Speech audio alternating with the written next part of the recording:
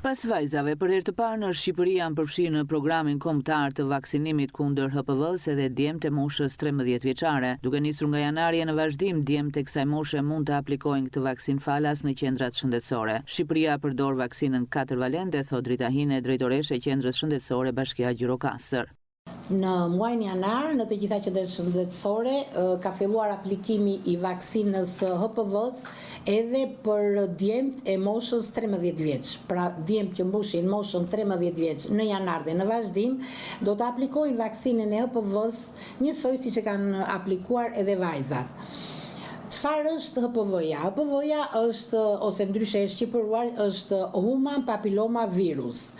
Human papilloma virus janë mbi 100 lloje të këtij virusi, të cilat shkaktojnë sëmundje në organet, kryesisht në organet gjinitale, si te femrat ashtu edhe te meshkujt. Vendin ton aplikohet vaksina 4 valente, e cila është përgjegjëse për 4 tipe të HPV-s, 6, 11, 16 dhe 18. 6 dhe 11 janë në përgjegjëse për shkaktimin e lythave gjinitale, ndërsa 16 dhe 18 janë përgjegjëse për shkaktimin e kancerit të qafës së mitrës. Në Shqipëri, vaksina HPV aplikohet si një dozë vetme dhe aktualisht është bërë planifikimi për të gjithë kategoritë e fëmijëve, të djemve dhe të vajzave që kanë mbushur moshën 13 vjeç. Ky proces për vajzat ka nisur që në nëntor të 2022 dhe nga viti në vit është vërejtur rritje ndërgjegjësimit mbi rëndësinë që ka për mirëqenien e shëndetit.